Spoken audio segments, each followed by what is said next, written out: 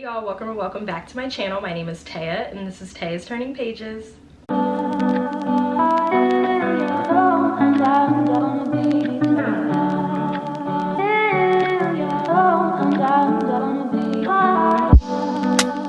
I'm going to try to make this as speedy and concise as possible, but you guys know that I love to talk, and I love to talk about books that I really enjoyed and really loved, and all of these books that I have read for the month of August were bangers, every single last one of them. So I'm probably gonna gush and ramble, but hopefully I don't. Like I do with all of my wrap-up videos, I'm going to start with the lowest rated books and then work my way up to the highest rated books of the month. Like I mentioned earlier, all of the books that I read for August were hits, no misses, so the only lowest rated books are 4 stars. The first book that I want to talk about here is The Night She Disappeared by Lisa Jewell. So this story actually follows a couple, a young mother named Tallulah and a young father named Zach. So Tallulah and Zach do have a child together. They have a son named Noah, and Tallulah and Zach have known each other since they were children, and their friendship ended up turning into a romance, and Tallulah ended up getting pregnant at a pretty young age. Her and Zach did end up breaking up. Tallulah was determined to have this baby and just raise her child on her own, but Zach kind of waltzes back into the picture and tells Tallulah that he's had a change of heart and he wants to get back together. So Tallulah decides to get back together with him. Tallulah starts to notice that Zach becomes more controlling. You can tell that he is headed down the path of becoming an abuser. So while Tallulah is dealing with all of that personal stuff in her life, she actually meets a friend while she's in college named Scarlett. And Scarlett is known as like a wild child. She also kind of reminds me of like the pixie manic dream girl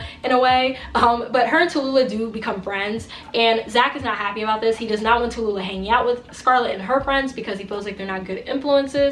But anyways, Tallulah and Zach decide to hang out with Scarlett and her friends one night, and that is the last time that anyone sees Tallulah and Zach. The story takes off from there. Like I mentioned, I gave this a 4 out of 5 stars, and I enjoyed this one a lot. It still doesn't come close to Then She Was Gone for me. That's still my favorite Lisa Jewell novel. I'm still searching for one of her novels that either comes close to that book or that can knock that book out of the top spot, but I haven't found it yet. But this one was really good. I will say that this is probably my second favorite Lisa Jewell novel that I have read thus far, and I just really loved how twisty and turvy it was. Like I mentioned before, Lisa Jewell just has a phenomenal way of storytelling. I could not put this book down. I needed to know what happened next in both POVs, and I needed to know how both Kim and this author's stories were going to collide and come together. And I just think that the way that Lisa Jewell made that happen was brilliant, and it was just so seamless and so smooth that I was like, I see what you did there, and I liked it. I liked it a lot. I will say that the red herrings in here were also very interesting, and I really liked the way that Lisa Jewell played into some of the red herrings and some of the foreshadowing that you read about in this story. In terms of the characters, I found Tallulah and her mother Kim the most compelling in my opinion. I just loved their mother-daughter relationship. It was so sweet, and you could tell that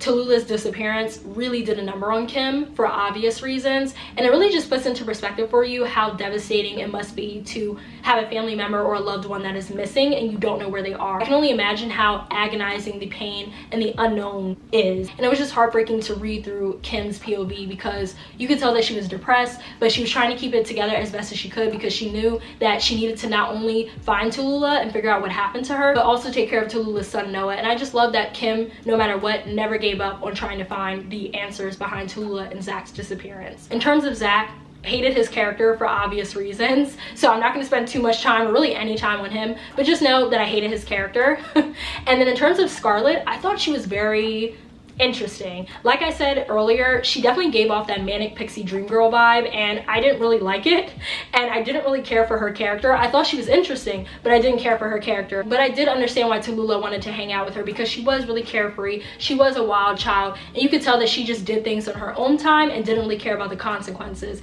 And since Tallulah was very responsible and of course a mother, she didn't have that luxury, I guess. So I could see why Scarlett appealed to Tallulah in that sense, but honestly, not a good person slash character, and Tallulah deserved better friends. I will end on this note by just saying that this is a really gripping novel. It is addictive, and I also loved how the chapters were pretty short. You guys know I'm a sucker for multiple POVs, and that's exactly what I got with this book. Really couldn't ask for more. Really enjoyed it, and I can't wait to read more by Lisa Jewell soon. Moving on to the next 4-star read that I have for the month, and it is another thriller, which most of these books are. I think I mostly only read thrillers with the exception of one book, but the book that I'm talking about here is You're Invited by Amanda Jayatisa. And y'all, this book it was so good. It was delicious. It was delicious. This story actually follows a Sri Lankan woman named Amaya, but Amaya does live in the States, I'm pretty sure, and Amaya has left her life in Sri Lanka behind. She has really tried to rebrand herself and transform herself into an entirely different person, essentially, and because of that, she doesn't have any contact with anybody that she knows back in Sri Lanka. So none of her friends, none of her relatives really. She really just keeps to herself, but also talks to the people and friends that she has made in the States, until she finds out that her ex-best friend named Kavi is getting married to Amaya's ex-boyfriend Spencer. So Amaya is not happy about this. She's really irritated, really upset. She decides from that point on that she is going to stop this wedding by any means necessary. So Amaya decides to go back to Sri Lanka to, like I said, try to stop this wedding. But as the events and festivities start to unfold, it is believed that Kavi is murdered. The police, as well as the guests, believe that Amaya had something to do with Kavi's suspected murder.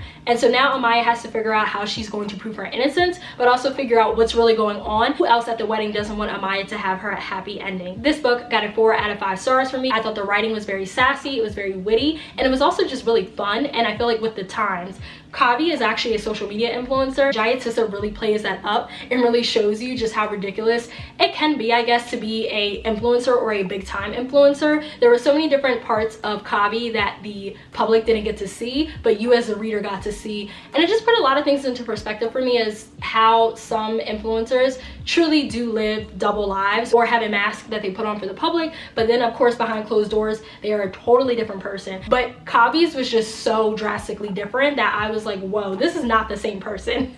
So yeah, I just really like the influencer aspect of this, and I also just really loved the drama that was woven throughout this story. There was so much catty and bitchy drama that was happening from all angles that it was hilarious. Definitely gave me Bravo. It gave me Real Housewives, because everybody had a motive, but also everybody just had a reason to dislike this person and that person. And it was just funny to hear them talk about why they didn't like this certain person during their police interrogations. Another thing that I really enjoyed about this book was just learning more about the Sri Lankan culture and customs. I knew virtually nothing about Sri Lankan culture, but this book really spoke to it, and I just loved learning more about it and loved learning more about how big and emphasized weddings are, the traditional garbs and food, but also just the overall traditions that you have to make sure you have when you have a Sri Lankan wedding. It was just also fascinating, and I just love that Amanda Jayatissa was able to go into more detail about that for non-Sri Lankan readers. Another thing that I really enjoyed about this was that once you learn the true nature of Kavi and Amaya and like what they were really about, I felt like the story was flipped on its head, and I was reading it from a different perspective. I had tunnel vision. I had my suspicions on who I really thought villain was, but once we got to the point where we found out the true nature, like I said, of Amaya and Kavi, things flipped for me, and I felt like I was taken back to square one. And I really like when authors can do that in thrillers. They can just throw something at you from left field, and now you have to like reorganize and reshuffle your thoughts and try to figure out now, okay, now that I have all of this information, who actually is the villain, you know? I really like that, and I appreciated Jayatissa for doing that for me. The reason why I didn't rate this a bit higher was mostly because of the ending. I felt like the ending spiraled a bit, and I just felt like it didn't really match up to the build-up. Like it did, but it also didn't at the same time. Probably we could have just maybe did something a little bit different, and that just might be a personal thing for me. But yeah, I just didn't really care for the ending as much as I did for the build-up and the overall background of the story and Amaya and Kavi and the rest of the characters. But other than that, I still recommend giving this a read, and I'm really looking forward to reading more by Jayatissa in the future. I really hope that she writes more thrillers and that they'll be featured again on Book of the Month. Okay, so now we are going to move on to the 4.5 star book that I have for the month, because it's only one, and it is We Were Never Here by Andrea Bart. So this story actually follows two best friends, one named Kristen and one named Emily, but you more so follow Emily throughout this story. And so Kristen and Emily have been best friends since college. They are inseparable. They pretty much do everything together until one day Kristen decides to move to Australia and Emily decides to stay in her hometown. But they still try to make time for each other, and they still try to make sure that they see each other and hang out. So they do travel quite a bit to, you know, make memories and all of that type of stuff. And so Emily and Kristen decide to travel to Chile, and once they get to Chile, they're having a great time. They're exploring, they are learning more about the culture and the customs, until Emily actually walks in on Kristen standing over a dead body. And so Emily, of course, is panicking. She doesn't understand what's going on. She's trying to figure out why Kristen has a dead body in the room, and Kristen doesn't really give her that much info. She pretty much just tells her that he attacked me, it was self-defense, I need you to help me clean this up because you're my best friend, period. So Emily is really scared and terrified, but she decides to help Kristen out and clean up this mess, essentially. And so they both go back to their respective lives. Emily goes back to her hometown, and then Kristen goes back to Australia, and Emily decides that she wants wants to distance herself from Kristen because of this whole ordeal, and she just feels like that she is really dependent on Kristen and Kristen is really dependent on her. So she really tries to, again, distance herself and tries to focus on herself, and that obviously pisses off Kristen, and the story takes off from there. I'm not going to say anything else because this book isn't that long, as you can see, and it is a thriller, so I don't want to give too much away, but I definitely recommend just picking this book up because it was a wild ride and I loved every single second of this story. From page 1 all the way into the end, this book gripped me. It had me on the edge of my seat and I couldn't put it down. I actually finished this in like 2 days because it was that good and that addicting. I felt like Bartz's writing style was just really compulsive, and I thought she did a great job at executing the exploration of toxic female friendships at its most extreme, okay, because there is murder involved, but I still think that Bartz did a great job at exploring toxic female friendships. I really felt for Emily. I prayed for her mental health throughout this entire story because Kristen was the queen of manipulation and gaslighting. She truly made sure that Emily believed that she was delusional and that she was deteriorating mentally. Kristen's knack for that was, of course, terrifying and disturbing, but also just so fascinating. You know that there are people that are like Kristen that walk this earth that are able to manipulate and gaslight people and be successful at it, and like that just blows my mind, to be honest, that there are people like that. But yeah, I just felt for Emily throughout the entire story. I kept wondering how she was going to get out of this friendship alive, literally and figuratively. I really wondered how she was going to escape Kristen's obsession with her and their friendship and everything in between. I also really love the ending to the story, and I feel like that's controversial because a lot of people thought that the ending was outlandish. They thought it was over the top, but I felt like this entire story was over the top and outlandish, so it made sense to me to have an ending that fit that same bill. It definitely gave Lifetime an LMN, just like the way that Lifetime's plots are so absurd and just so campy. This book made me feel as though I was watching a Lifetime movie, and I love that. I don't watch Lifetime as much as I used to just because some of the acting is just not good. Like, I can't get past bad acting most of the time, and I found that with a lot of Lifetime movies, the acting is trash. But when I do watch it, I am entertained for the most part, and this book definitely reminded me of just those like classic LMN movies. The only reason why I didn't rate this book a full 5 stars was because I didn't like the fact that we didn't have a POV from Kristen. I really think that we could have really hit this book home and made this story even a bit more dark, really played with the reader's psyche if we could have had POVs from Kristen. We only spent time with Emily, and Kristen would only appear, of course, in Emily's life. So I just really would have liked it if we would have had more insight into Kristen's mind and how her mind was working and why she was doing the things that she did and why she didn't really give a fuck, essentially. So yeah, that's the only reason why I didn't rate this a full 5 stars, but other than that, this book was camp. It was fun. Okay, so now we're moving on to the 5 stars of the month, and I only have 2 books in this category, so I think I'm just going to get the rest of the thrillers out of the way and then move on to the only romance book that I have for the month. So the last thriller that I read for the month of August and that I rated a 5 out of 5 stars was Local Woman Missing by Mary Kubica. Why didn't y'all tell me that this book was this good? Why didn't one of y'all tell me in the comments that this book was phenomenal? I am so late to the Mary Kubica and Local Woman Missing train that I'm embarrassed. Like, are you not embarrassed? Because I am embarrassed, honestly. This book has been out, I think, since like 2020 or 2021, and I'm just now getting around to it. But guess what? I read it and I loved it. Now I understand why you guys ate this book up when it first came out, because talk about phenomenal. So I'm actually just going to read the synopsis for this book because there are so many POVs and so much going on with this that I don't want to confuse myself or you. So on the back here it says, Shelby Tebow is the first to go missing. Then Meredith Dickey and her 6-year-old daughter Delilah vanished just blocks away from where Shelby was last seen, striking fear into their once peaceful community. After an elusive search that yields more questions than answers, the case eventually goes cold. Now, 11 years later, Delilah shockingly returns. Everyone wants to know what happened to her, but no one is prepared for what they'll find, and some people will stop at nothing to keep the truth buried.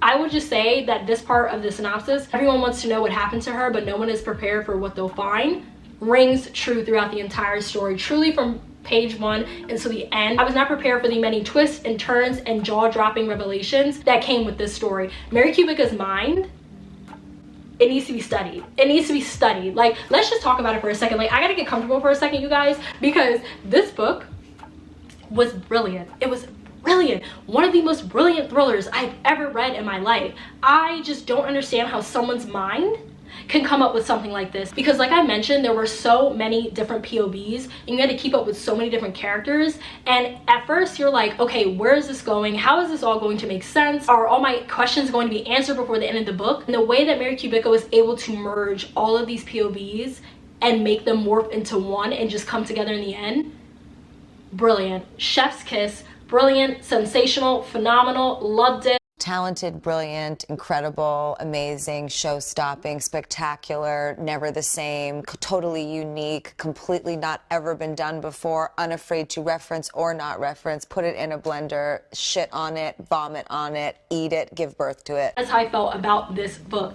Her mind needs to be studied. Like I said, we need to have a TED Talk. We need a TED Talk from her, because truly one of the best books that I've read for 2022. This is going in my favorites list of the year, and also going down as one of my favorite thrillers of all time. I talked about this book briefly in the Reading Wrap Up live show that I participated in on Gwen's channel, and a few of the ladies understood where I was coming from and was like, yeah, that book was really good. And then some of the ladies were like, girl, I don't see it for you or for that book, but that's fine, because that means more for me. So yeah, I just had to quickly go on a little side tangent on just how Mary Kubica's mind is brilliant, and how she was able to come up with a plot that was this convoluted, but it made sense in the grand scheme of things. Another thing that I wanted to say was that I really enjoyed the social commentary in here about missing women, and just missing white woman syndrome, and just what it means to be a woman in this world, and just how we have to constantly be vigilant, how we have to constantly make sure that our heads are kept on a swivel, making sure we don't go jogging at night. There is just so many important conversations that Mary Kubica brought up in this book, and also just shined a light on. And I just feel like that this book really served as a great reminder to everyone on how women have to move throughout this world. Seriously, like I said, it was gripping, it was addictive, it was nail biting. I was on the edge of my seat, and I know I said this about pretty much every thriller that I've read, but this one in particular, I truly could not put down. I finished this in 2 days, and I know that might not seem like the quickest turnaround time, but for me it is, because I'm always doing other stuff, because I'm always trying to catch up on YouTube and my favorite shows, but I could not think about anything other than this book. Whenever I wasn't reading it, I wanted to sit down and read it, because I needed to know what happened next, and I haven't felt that way in a long time. I'm not going to go into my full thoughts about all of the characters and what's happening in the story, because you just got to pick this up and read it for yourself and just sit back and enjoy the ride. But I will just say that the true nature of all of the missing women and how it came together in the end, and what we find out about one character's fate in the end, was, like I said before, jaw-dropping. I literally was like, oh my goodness, I did not see that coming. 99.9% of the things that I read about in this book, I just did not see coming. I was completely left guessing and on my toes throughout the entire story. I haven't felt this way since I read No Exit by Taylor Adams. That was the last thriller that really got me, and this book really got me. So I'm definitely going to check out more by Mary Kubica in the future and see if her other books are up my alley, and if I love them as much as I love this one. But either way, pick this book up if you haven't yet, because it is so good. If you love thrillers, if you love a mindfuck, this is the book for you. Okay, and now moving on to the last 5-star book of the month. It is a romance, like I mentioned earlier, and it is Blockshot by Kennedy Ryan. So you guys know, if I read a Kennedy Ryan book, it's more than likely going to be a 5-star. Are you kidding me? This woman can do no wrong in my eyes, okay? Her writing, real, raw, authentic. Her characters, compelling. The plots themselves, unique, fresh, fun, and just real, and I just love them. And I love Kennedy Ryan as an author, and I really wish more people talked about her in the romance space. I feel like it fits in that vibe of beach read and people we meet on vacation, in my opinion. I could be wrong, but that's just how I feel when I read a lot of her books. They don't just have the cheesiness that you get with a lot of rom-coms, or maybe the fluff.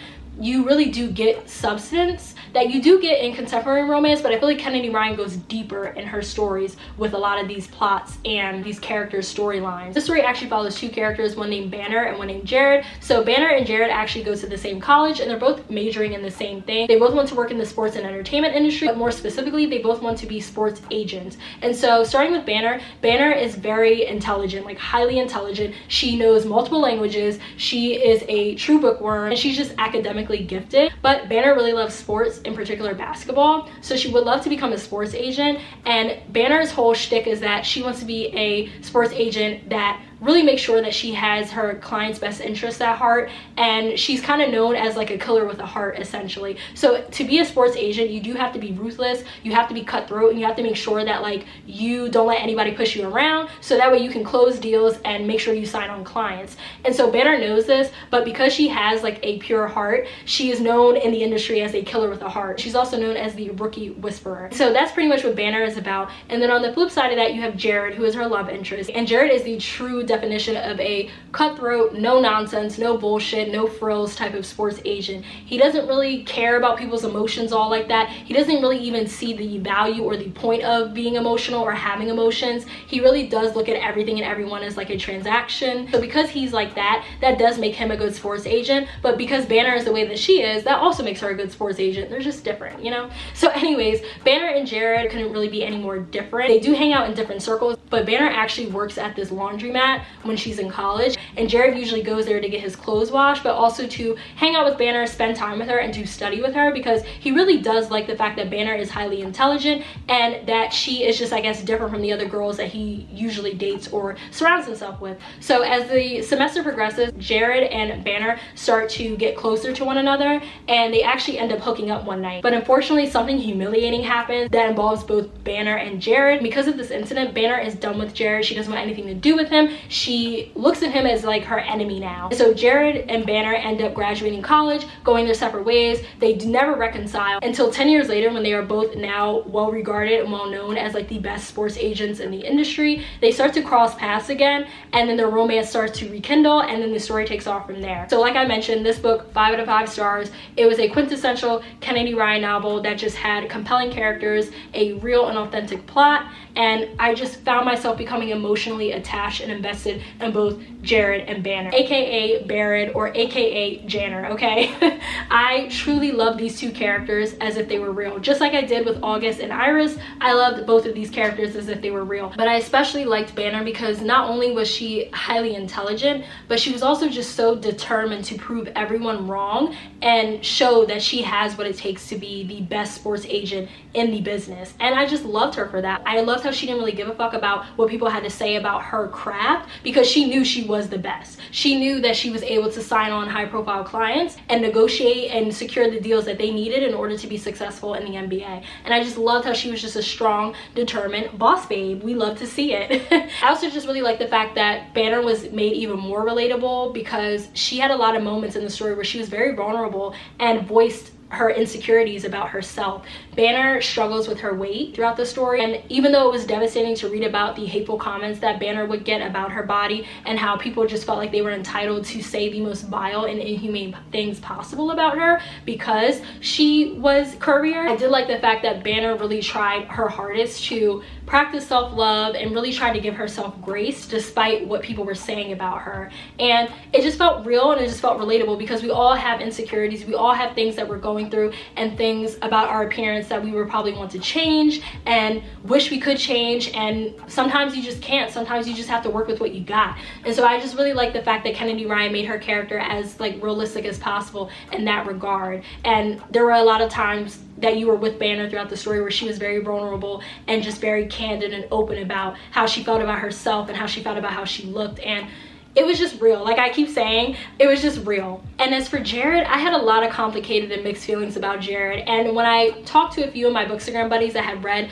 the Hoop series and have read this book in particular, they all have said the same thing that I have said, and said Jared is one of those characters where he does get a lot of mixed feelings and mixed opinions about, because he has a lot of character flaws. He has a lot of great points about himself and a lot of strengths, but he also has a lot of character flaws that need to be addressed and that are very glaring and giving red flag, essentially. So I really did like the fact that he was protective over Banner. He embodied that touch her and you die trope. Like, don't even think about disrespecting her because I will F you up. It was one of those things with Jared. So I really did like the fact that he was about Banner and that he didn't play any games when it came to her. Another thing that I will say that I really did like about Jared's character was that even though he was considered a bad boy and he was considered heartless and someone that didn't really care about emotions or didn't really care about hurting people's feelings, he knew that Banner had a pure heart, and he knew that Banner was a nice and kind person, and he didn't try to corrupt her. He didn't try to make her be a heartless person. He didn't try to force her into being the way that he was. That was one of the things that really attracted him to Banner, was the fact that she was a kind-hearted person. And he didn't try to corrupt her. He didn't try to change her mind on certain things.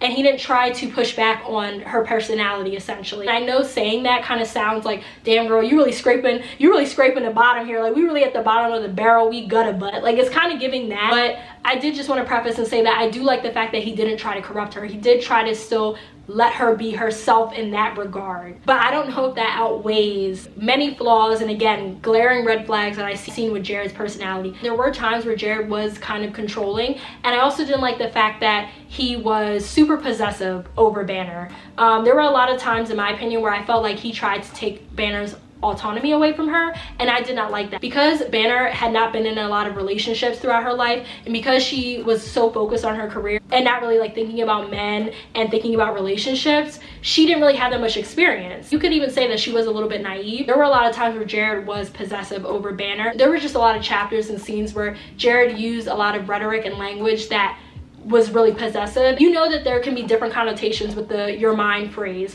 but the way that Jared said it, it kind of scared me a little bit. It did. Like, it was definitely giving, if I can't have you, no one else can. And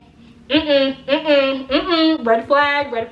Like, I don't like that. I really don't. Jared's character really threw me for a loop, and I still don't know how I feel about him. Jared will probably forever be on the docket when it comes to hot takes and controversial opinions, because he is a polarizing character, and I get that. But that's all I have to say about Jared. That did not knock off a star for me, just because I loved Banner so much and I loved the plot itself. But this is your PSA to pick up some books by Kennedy Ryan. It really baffles me and upsets me that she does not get the hype and praise to me that she deserves, especially compared to maybe some other authors that I feel like fall into this same romance subgenre that she writes from. I don't know what it is, like I said, but I feel like there are a few other authors that come to mind when I think of this like subgenre, I guess, of romance. But pick up some Kennedy Ryan, specifically the Hoop series, because it is so good. It is diverse, and I also just love the sports talk in here. I am not a sports girl at all. I will actually sit down and try to watch basketball compared to the other sports, so that has to speak for something. And I actually really did like learning more about what it's like to be a sports agent